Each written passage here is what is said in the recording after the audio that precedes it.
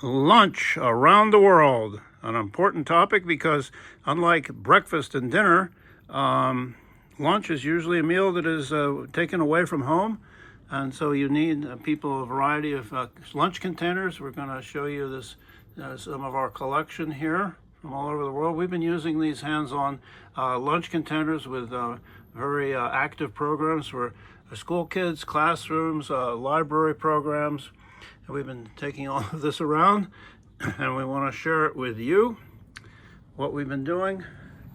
So for instance, oh, and if you stay tuned to the end, Elmo will be singing, will have his singing pizza to entertain you, because pizza, of course, is a very important lunchtime favorite for many people around the world. Excuse me.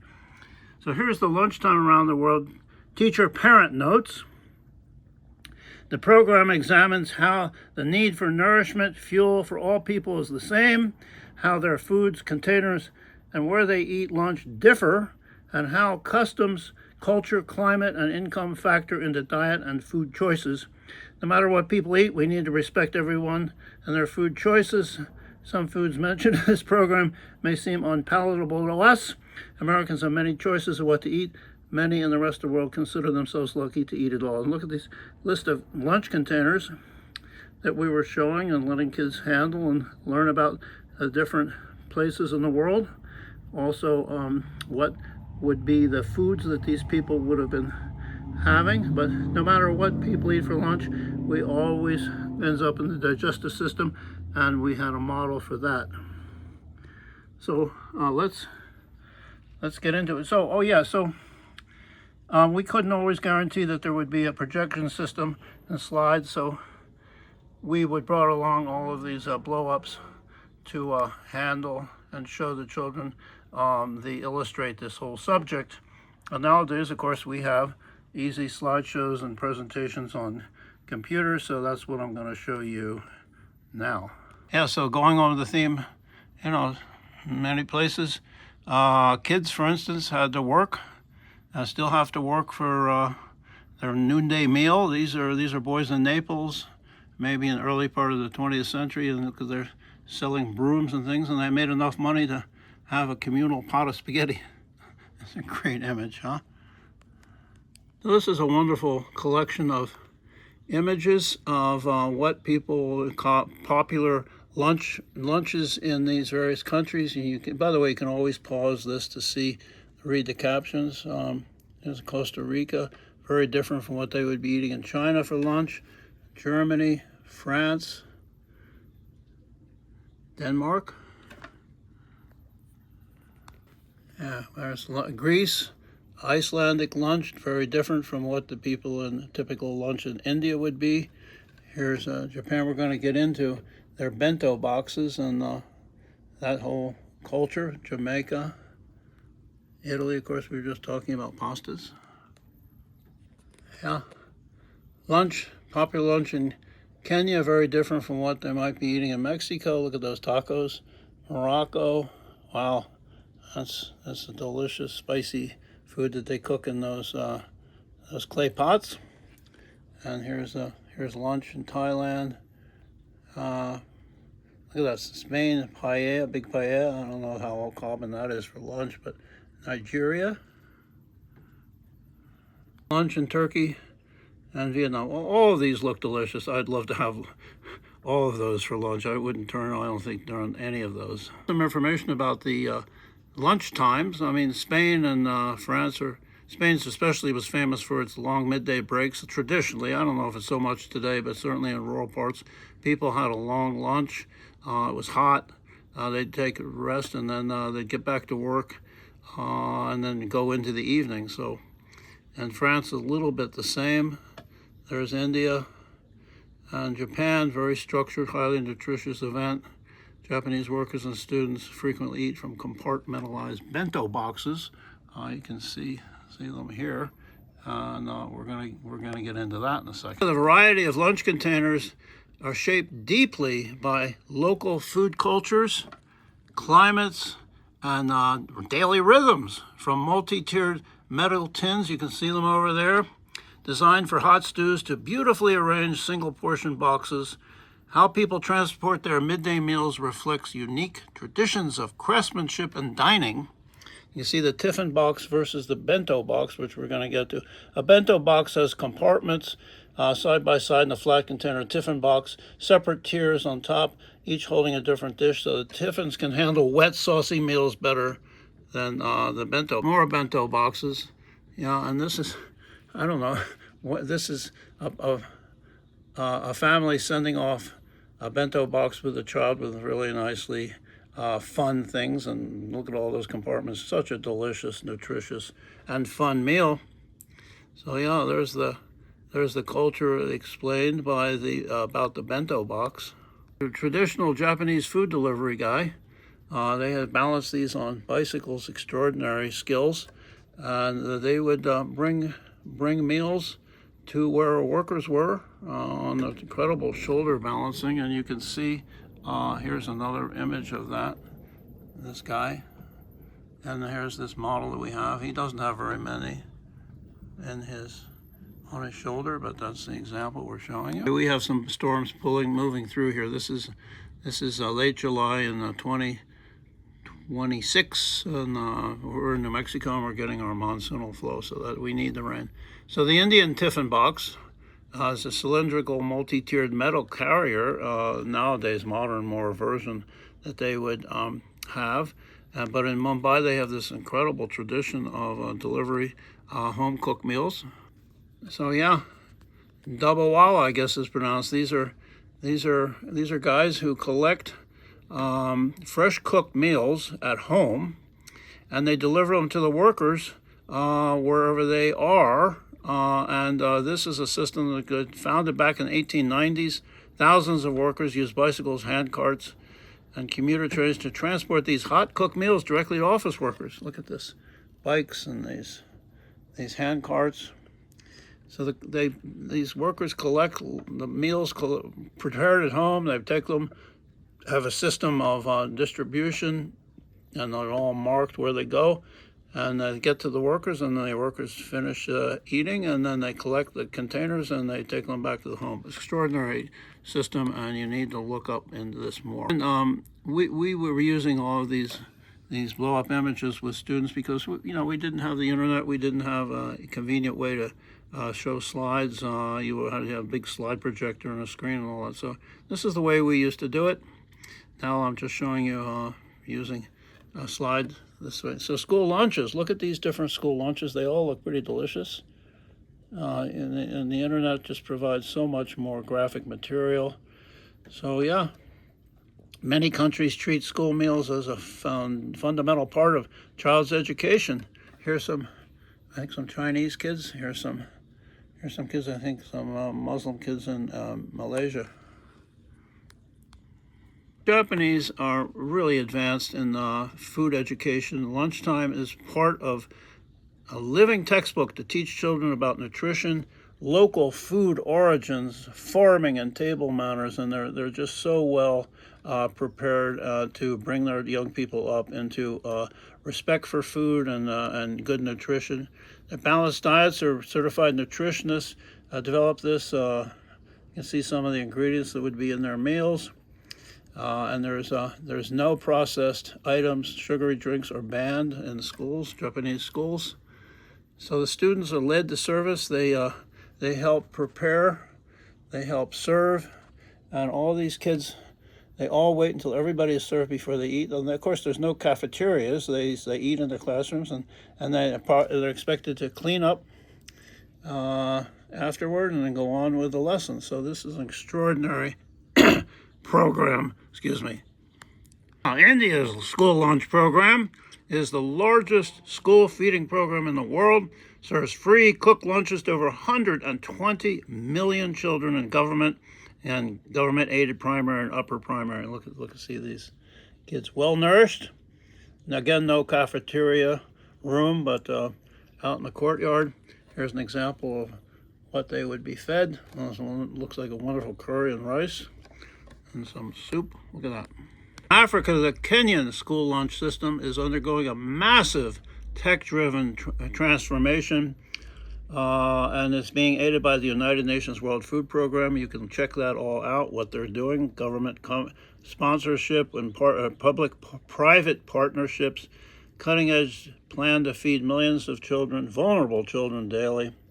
You can see that plan. Now this is a picture of kind of a traditional rural schoolyard where this woman is preparing a lot of meals, a lot of food for the kids, and then they've moved on to being much more deliberate and high tech. And I think you should check out all of this going. Let's look at some of these images that we've been using with kids for years now.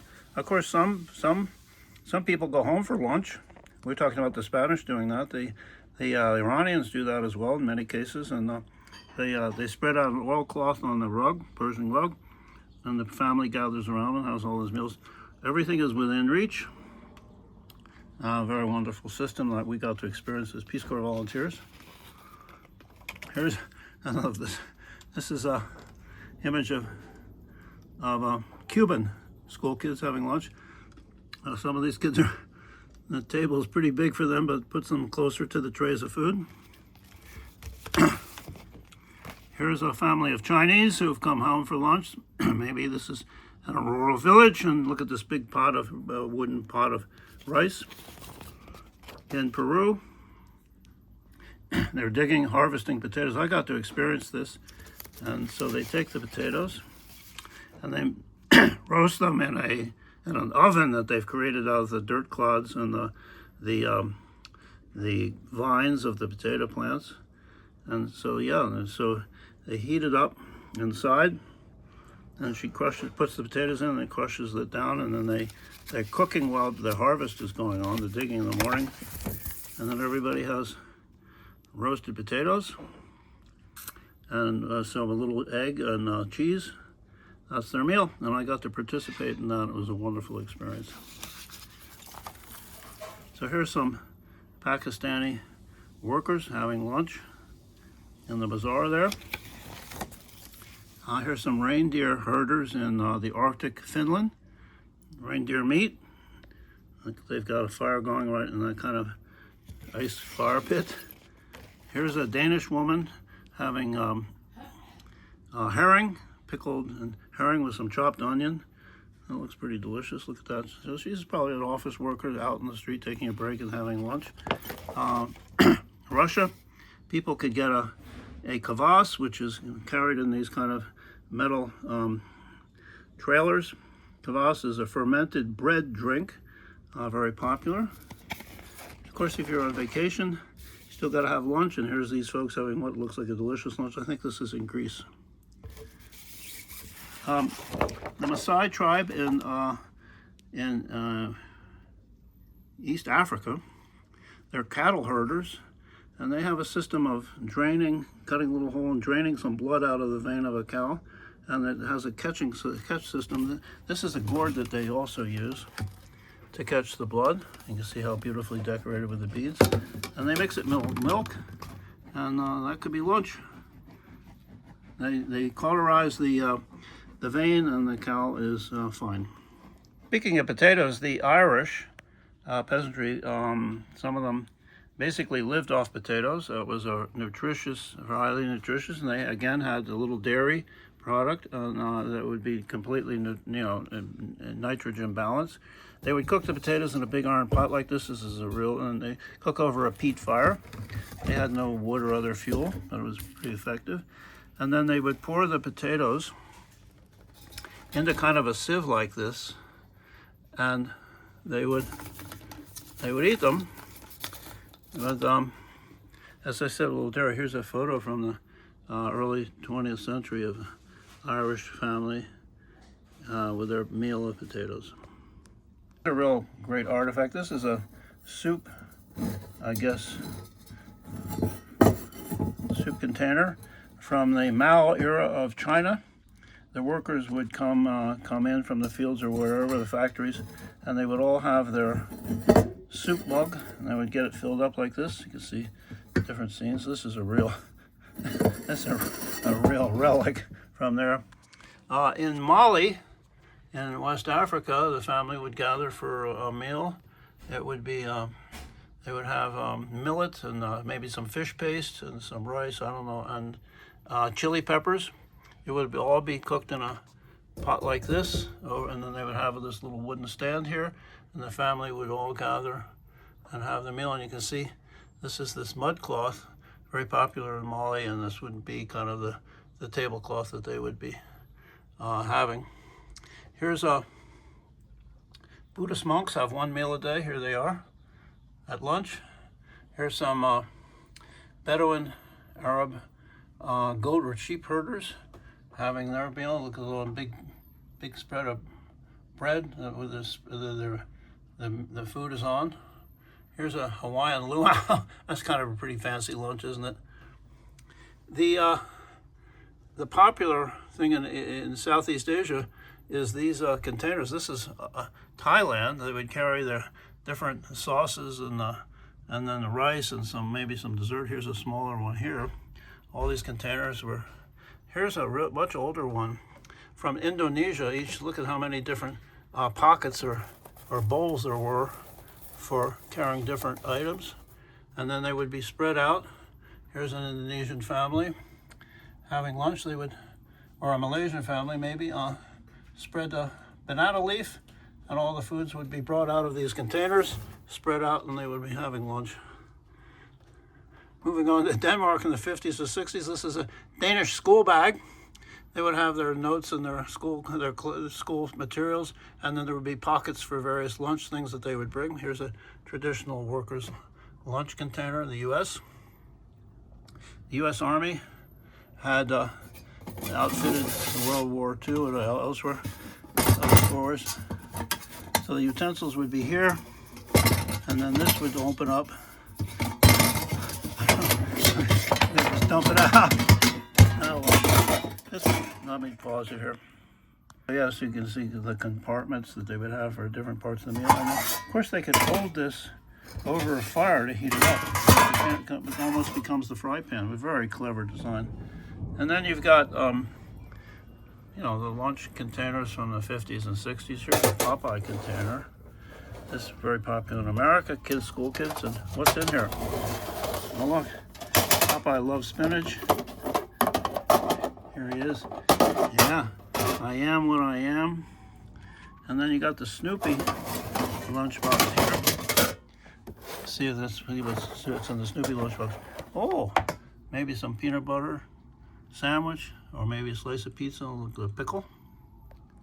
Many folks these days stop at a convenience store and have a prepared sandwich like this, or get a bagel, cream cheese, and don't forget we're going to do pizza with him.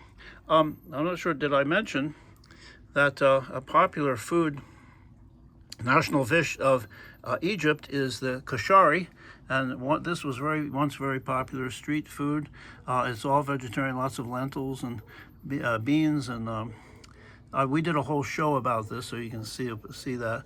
But the kashari man was a very popular street figure. Now you can get kashari in restaurants, and here's a kashari server with all of his sauces and ingredients. It's a very specific process. Check out our video on this kashari, national food of Egypt. I did mention the bento boxes. This one's actually from China, with different compartments. Here's a beautiful bento box with different compartments for the food. And again, these are the delivery guys in Japan. End the program.